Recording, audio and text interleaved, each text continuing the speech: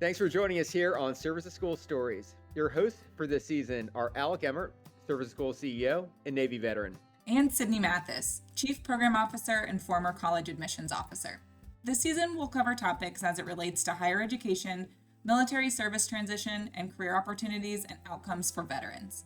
Join us as we share student stories, inside tips from the admissions office, and conversations with employers actively hiring student veterans. Here we go. Hello, everyone. Welcome back to the Service to School Stories podcast. Today, we are joined by Tyrone Hewitt. Tyrone served for 20 plus years in the U.S. Navy, and now in his current position, he assists transitioning service members, veterans, and military spouses with career planning, job searching, resume writing, interviewing, identifying skill bridge opportunities, and understanding veteran benefits, which is a lot of what we're going to talk about today. But I follow Tyrone on LinkedIn, and if you aren't, you absolutely should be following him because he shares a wealth of information, resources, tips, and just generally great information for anyone making the transition out of the military. But today, like I said, we're going to be focusing in on education and how that might fit in some of your transitions. So Tyrone, thank you so much today. I'm really excited for the conversation. I'm going to turn it over to you and let you introduce yourself to our listeners. Awesome. First of all, thanks for having me. Like you said, so I spent a little over 20 years in the Navy. And during that time in the Navy, one of the things I enjoyed the most was helping people navigate their education benefits. I know early 2004, maybe late 2003, I had a guy who spoke to me about using my education benefits. And once I started using my tuition assistance, I was hooked. All right. So since then, even afterwards, even after retiring, I was always encouraging people to utilize tuition assistance, CLEP, Dante's, Montgomery GI Bill, post 9/11. And when I retired, I found out that I can have a job that does something very similar with helping service members, veterans kind of navigate that whole thing. So I've been doing that for just over 5 years, and I don't plan on stopping anytime soon. Yeah, well, I just seeing the people who interact with you on LinkedIn, you are helping so many people in your role, and that's got to be incredibly rewarding. But I love that you mentioned tuition assistance because that's one of the first questions we ask applicants when they sign up with us is, are you using tuition assistance if you're still on active duty? And so many, if they aren't, we're asking, okay, well, why not? Have you thought Yeah. about it? That's just one of the best ways to maximize your GI Bill. So really excited that you touched on that point. Yeah, it always shocked me that people, and every branch has some different rules when a person or service person can or cannot use it. But when it's available, I'm like, man, people in the civilian world would die for an opportunity like this. Absolutely. I heard that. So we're going to chat through, like I mentioned, education benefits today. One of the things that you mentioned was the most underutilized resource that you've seen recently is the Managing Your Education course. Can you share with us a little bit about what that course entails and why people should take advantage of it? Yeah, absolutely. So there's a course called Managing Your Education or My Education. It's been implemented in different ways. One of the biggest ways was back in October 2019. They added it to what they call the transition track or a TAP track. So most people are familiar with the transition assistance program. There's several days that are required that most people are required to participate in core classes, VA, Department of Labor. The Manage Your Education track is a course that's also part of that transition process. It can either be optional or maybe mandated, right? Depending on what tier group you're in. There's a lot of conversations with that. But what I tell everybody, whether or not you are required to take it or it's optional, if you are planning on using your education benefits, it is a 2-day class that's taught live. You can also take it virtually. That's going to teach you everything that I think you need to know or understand about going to college, right? So going to college, picking a school, picking your field of study isn't always easy, Mm-mm. right? But this course talks about stuff about learning the basics of education, choosing your field of study, the organization or institution you want to participate in, gaining admission. It's not just, hey, here's my application. There may be some tests. There may be, I know some programs, depending on what you're going into, you may need a resume, right? So they talk about gaining admission. And I would say one of the more important things, probably the most important thing for everybody else or everybody, is the funding your education portion. Which Yep. funding options are you going to use? Are you still using TA? Are you using FAFSA? Are you using Post 9/11? Are you using the old Montgomery? Are you using a combination of maybe Post 9/11 and FAFSA? Um, and if there's also a portion in there that talks about the assessment, but this course allows you to um, hear about all those portions and all those areas of being what I would call a higher education student, whether or not it's full time, part time. And what's really important about this class, and I think for everybody, is you want to maximize the program. I Yep. think in too many cases, and maybe for yourself, and I get it, people change schools and people change programs. I totally understand that. But you only have so much utilization. You only have 36 months. So you don't want Yep. to spend 30 months of it and then realize, oh, I'm down the wrong track. You're starting somewhere else and now you need another 30 months. So I think this class itself will help you really understand what process you need to go through, what step and what direction you need to go into to best utilize this track, right? So what a lot of people don't understand is not only can the transitioning service member participate in this class, there are some cases where a veteran, definitely online virtual, which is there's an online virtual self-paced, but spouses and children dependents who are also utilizing Post 9/11 or GI Bill can also take this class. I can definitely Yeah. share the PDF. There's a 100+ page PDF. People can read through it, but I would always encourage people to take the class. I know in our area, for schools that are approved through the GI Bill through Weems, they actually participate in our class. There's about an hour-long Q&A with admission reps and directors where prospective students can ask questions. How early out should I enroll in the class? When do you Hmm. need my certificate of eligibility? I'm an adult learner. I'm a career switcher. Do I need to take any kind of entrance exams or is that waived? All these questions that people either realize they have or quite honestly, they don't realize they have until somebody else is Yep. asking it. And those admission reps, and I think even if a person weren't going to a particular school, they would be able to highlight those reps, can highlight um, or answer a lot of the concerns that people have. That way, you're not navigating this process blindly. Yeah, absolutely. And I think one of the things that you mentioned, like setting that timeline up. I talk to applicants regularly and they're like, okay, well, I want to go into medical school. And I'm like, well, let's talk about how long it's going to take to get your bachelor's degree and then how long medical school takes and then a residency. Like you're setting yourself up for years of schooling. And then they're like, okay, well, how much of my GI Bill is going to cover it? It's like, well, let's talk about, what classes you can take per semester. Yeah, So having that course up front to get an understanding of kind of yeah, what that is going to look like, what that educational journey is going to look like is incredibly important when you're yeah. thinking through, okay, is school my truly my next step after I get out? Um, so want to segue from that a little bit. You talked briefly about the different ways that they can fund education, right? So you did a post on LinkedIn, 3-part post about the GI Mhm. Bill. That means there's a lot of ways to fund an education or ways to utilize and maximize the GI Bill. And that's honestly one of our most well attended webinars whenever we host it. That's one of our highest attended, how to maximize your GI Bill. So I know we have a lot of questions about that, but let's start at the basics. So how does a service member know how much of the GI Bill they're eligible for? Okay, yeah, that's a actually really good question because depending on the length of service, maybe the type of transit or type of separation that they had, typically you get 36 months. But not everybody does get 36 months. I may have a person who separated early for certain circumstances and it's not medical. Matter of fact, I just spoke to somebody last week. They did based on reserve time. They're actually they get 36 months, but they're only getting 60% of the 36 months. Or you may get somebody who does, if you go to the VA's website, it kind of tells you, hey, this is how many days, and they actually broke it down to days lately. Hey, if you did, I don't know, 250 days, you get 60% of that time. But the true way to really figure that out is when you apply for your benefits online, they're going to provide the service person or the veteran with their certificate of eligibility, and it's going to tell them this is how we've identified you being authorized 36 months, 100% of it, or 20 months.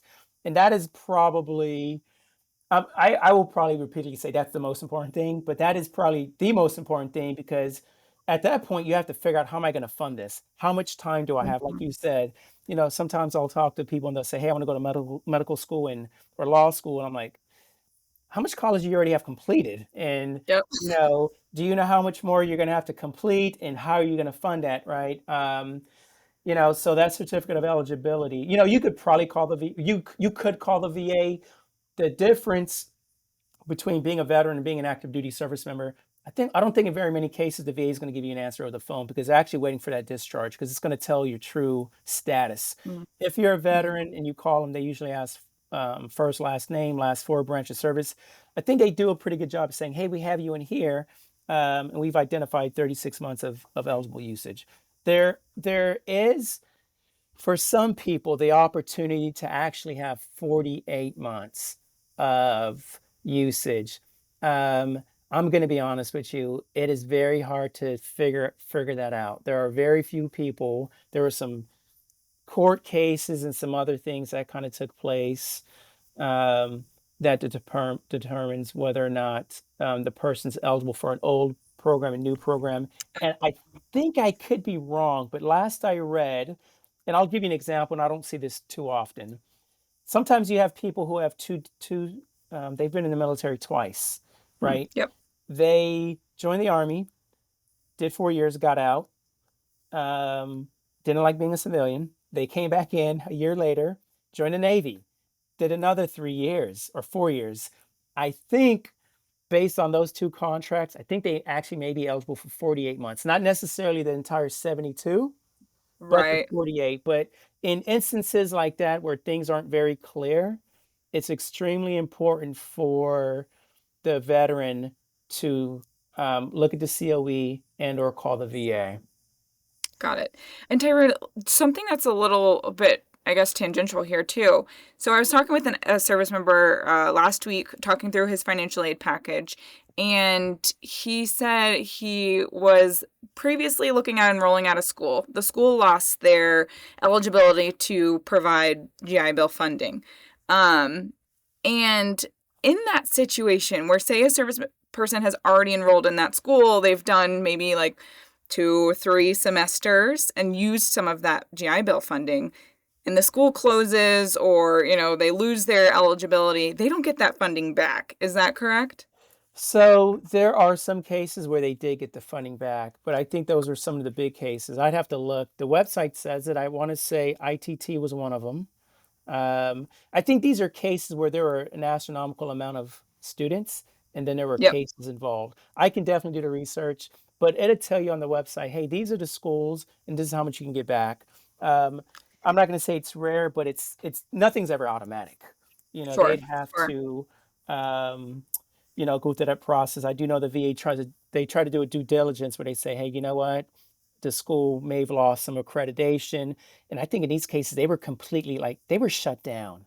It wasn't, Right. hey, you're suspended for 6 months, redo your curriculum, redo your process. We're going to do the the verification or certification again and give you your stuff back. It's like the building has a for lease sign in front of it type of situations. Yes, no longer operating.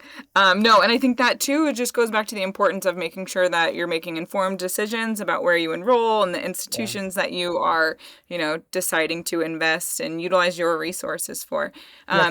Going back to, oh, yeah, go Can I ahead. talk on that real quick?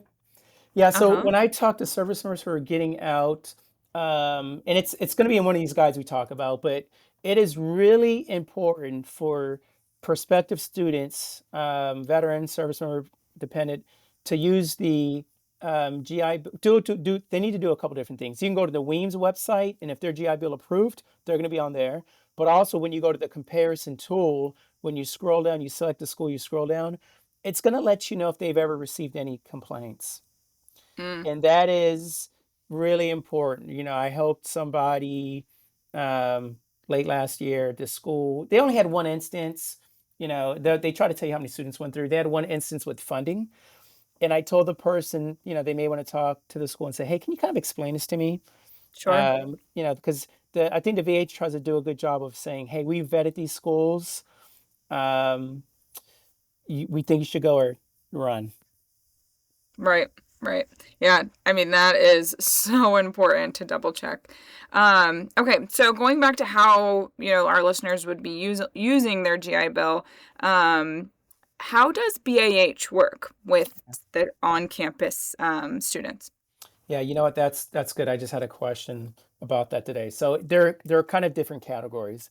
If an active duty service member is going to the school and they're using post 9/11, they won't get BAH because they are either getting BAH or they live in a barracks. The DoD is providing with them housing. If a spouse of an active duty service member is using a post 9/11, they will also not get BAH because they're part of that receiving housing. If you are a child of an active duty service member, you will get BAH. You're in a different category. You can actually get it. If you are in a veteran status, you can get BAH. If you're in a veteran status and you transferred the GI Bill, spouse will get it because at that point you're no longer getting housing from DoD, and of course a Right. child can use it. The BAH is going to be dependent on, I guess, several different factors. One, are you what we would call a brick and mortar student? And Mhm. you don't even have to go brick and mortar that whole time. You may take 3 online classes and 1 NC class to be able to say, okay, we'll grant you 100% housing. If you are strictly an online student, you are going to get what they call the national average. Several years ago, you got 50% of your BAH. Now it's the national average is the same. Somebody in San Francisco is going to get the same amount of money as somebody in Savannah, Georgia, right? Right. But also, that kind of goes back to that conversation we had earlier. If you are only getting, let's say, 60% of your GI Bill, if I'm not mistaken, you should only get 60% of that housing. Even if you're going to school 100% at a time, you may have to pay the rest of the tuition out of your pocket, but they're going to say you're getting 60% of your housing. Got it. Thanks for clarifying that. And then we partner here at Service to School with institutions that are yellow ribbon institutions. So can you talk to our listeners about the yellow ribbon program? How does it work and why they might consider yellow ribbon institutions? Yeah, that's good. Yellow Ribbon is a really good program that provides the opportunity for the institution and the VA to pay any additional funding that the GI Bill doesn't cover. So I think the GI Bill covers annually, I think it's about 27 grand, if I remember Yep. correctly. It's up there, right? But sometimes you pick a school and they're like, well, it's going to cost you $45,000 a year. It's not Yep. unreasonable when you look at some of these Ivy League schools, right? So Mm-hmm. also I talked about the GI Bill comparison tool. When you go to the GI Bill comparison tool online, it's going to tell you whether or not you can do a couple things. It's going to tell you whether or not you're yellow ribbon, or you can just search on the VA's website. There's a tab that says search yellow ribbon schools, right? So one, there's a couple things that have to fall into place. One, the school has to be authorized or approved to be part of Yellow Ribbon. Two, some have unlimited funding or Mm-hmm. unlimited, I guess, seats. Yep. Some have limited seats, right? So when a person's enrolling and they realize that the GI Bill is not going to cover that tuition, they need to have that conversation to determine, one, if they can utilize it and what the process may be. There may be an application process. But, I'll give an example. Let's say I was going to go to a local school here and GI Bill is going to cover 27 grand, but they needed 54,000. If I'm approved to utilize it, the school's approved to utilize it, I get selected. The VA will pay half of that $27,000 and the school will pay the other half. That way I'm not coming out of the pocket any money. I have heard some schools say, or some cases where they usually go for the people who were more senior in that program or Yep. senior in the school. It may be first come, first serve. If I were a student and I were looking at schools, I would have the conversation. I would not think automatically because they have it, I'm going to get it. Recently, I think last fall, Yellow Ribbon was only authorized, if I remember correctly, for like veterans. They actually pushed it out. Now spouses can use it, and I think children. It went more towards active duty, Sure. but it's an unbelievable program. Oh, absolutely. Yeah. The same student I was talking to last week, I said, hey, make sure the institution has an uncapped yellow ribbon program. Yeah. If it is capped, figure out the numbers. Do they have a wait list? What's the process like? Because that was even something I've learned, from my work here at Service to School, is that institutions can cap the number of yellow ribbon students they have on campus. So that is definitely a great question that students should be asking. All right, so another question we get regularly here at Service to School is from student veterans that are going back and going to utilize VR&E, so Veteran Readiness and Employment. So can you talk with our listeners a little bit about what that program is and how it works with going back to school? Yeah, absolutely. So the program, which is also distributed or I guess managed by the VA, it's a program that has been implemented to help, what I would say, help veterans become either employable or, I don't even know if re-employable is a word, right? So, I'll give you an example. So some people, when they're active duty, they get medically separated. And in theory, if you're being medically separated, at that point, the DON or whatever branch you're in, DOD, they're saying, we can no longer use your services. So in theory, you can't even do that job anymore, in theory. So the program, when you're active duty, and I like what the VA did recently, and I'm going to read it out loud. And I usually read it out loud to a lot of the individuals I help who are actually in the process. So if they are active duty and going through what they call the MEB or IDES process, service members participating in IDES are presumed entitled. Right. So the idea is they're going through this process where the DOD and VA is trying to determine whether or not they're going to be medically fit to stay in. Once you go through that, you can apply for the program and basically retrain yourself, or use there's 5 different pathways. One of the pathways is the education, and it's probably by far the most popular one. That's the one most people only know about, really. Mm-hmm. And in theory, and I'll give you my example. So I worked on aircraft when I was in the Navy, and I was an aircraft manager. But let's say because of some of my physical disabilities, I can no longer crawl on aircraft, crawl under aircraft. I need a desk that's less physically demanding. I could apply for the program while active duty, or even a veteran, and say, hey, you know what? Due to my limitations, I need a desk that's going to be less physically demanding. I'm really interested in becoming maybe a social worker or behind the desk working as an IT specialist. The counselor, once I engage with the counselor, I'll fill out some paperwork. They'll determine whether or not I'm eligible for the program and say, yep, you know what, you're eligible for the program. Have you decided what school you're going to go to, what program? And the VA will fund that. And not only will they fund that, they will either fund, and this is where it gets very interesting, there's a stipend attached to that also. They'll either apply a stipend that can go towards like books and housing, or when you go through the website, you can actually, if you have any post 9/11 left, you can actually get the BAH for that. So if I had BAH, I'd be able to get the $1,800 in this area. If not, then I would get, I think the stipend's about $1,300, I think. I try not to remember numbers because stuff changes all the time. Yeah. But it's for either active duty service members being medically separated or veterans who are getting out, veterans who are already out, and they have a disability rating of either 10% with a serious employment handicap or a 20% rating with one or more handicaps. And that's why I kind of emphasized on, me maybe not being able to do my job any longer. One of the things I find very common is people do believe that because I have this rating, I'm automatically going to get it. They are going to determine whether or not you're eligible based on your handicaps and really how employable you are. I know a lot of people who've actually been denied, but I know a lot of people who've been approved. And what I would encourage people, and I know people who have 4-year degrees or they're working on a master's degree and all sorts of stuff. But Hmm. I think it's important for the veteran to be able to, or the transitioning serviceman to be able to say, I think I may be entitled to this because here are my handicaps, here are my barriers.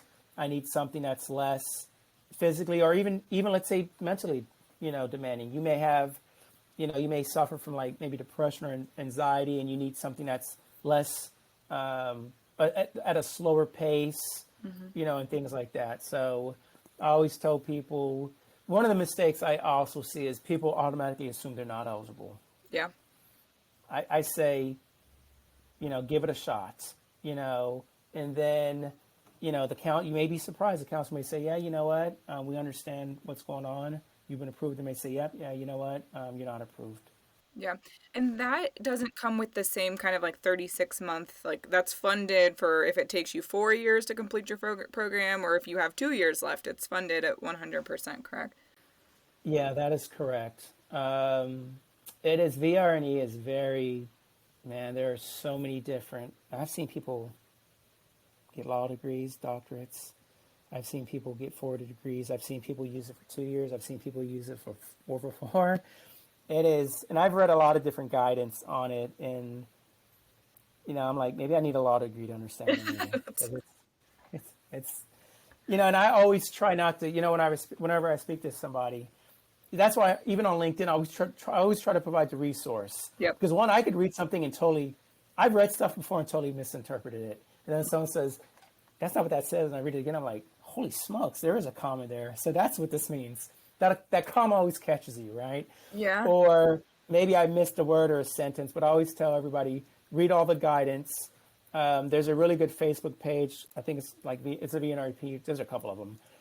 There are some of the admin know the deals, but always read the guidance and then ask for clarifying, examples. Like, what is a 10% disability with a serious employment handicap? Is that objective? Is there a list, or is that subjective? And you decide. Yeah. You share lists all the time of ways that people can, improve their score, their rating. I mean, the resources that you share, I love that you drop, resources in your LinkedIn posts, because it just allows people to kind of do some of that digging, but then they can reach back out to you or to, any other transition counselor to be able to get the additional context that they might be missing. But they don't know what information or what resources are available to them, if they don't listen to podcasts like ours or to reach out to other service members who have gone through the process. We have ambassadors who are utilizing VR&E on some of their campuses, and they're always offering up, send me students that are utilizing VR&E or have questions about it so I can share with them about my experience. And having someone to go to ask questions is just, it doesn't feel like you're walking, an uncharted path alone, which that's what kind of college admissions, navigating higher ed, navigating, the transition from the military can feel like a lot of the time. So. Yeah, there's, like you said, there are too many resources, and I get it. Some people are introverts, but there are too many resources and far too many people who are willing to, answer an email, a DM, a phone call, and say, here's your answer, here's your source. Or even they may say, you know what, I don't know. This person has a better grasp on higher education benefits or VA home loans or SkillBridge or whatever it is. That's why I think I post as much on LinkedIn, because it's a powerful tool to share information. Absolutely. And the people that chime in the comments too, like I'm consistently learning from the comments on your posts as well. Yeah, I go through the comments, and sometimes somebody says something, I'm like, oh, wow, that's good information. Thanks. Because I do my posts are, in most cases, very brief with information. And then some people put added stuff, Bruce Thompson, and some other people, Alfredo Torres. And I'm like, oh, that's good add-on. Thanks. Because it's a group that's working collectively. Absolutely. So as we wrap up our conversation, we could talk about this for hours on end, I'm sure. And I know, like I said, our listeners, they love figuring out how to, navigate this process when it comes to utilizing their education benefits. So what is some lasting advice that you would like to give to anyone either thinking about getting out and going back to college or those who are currently, enrolled on a college campus?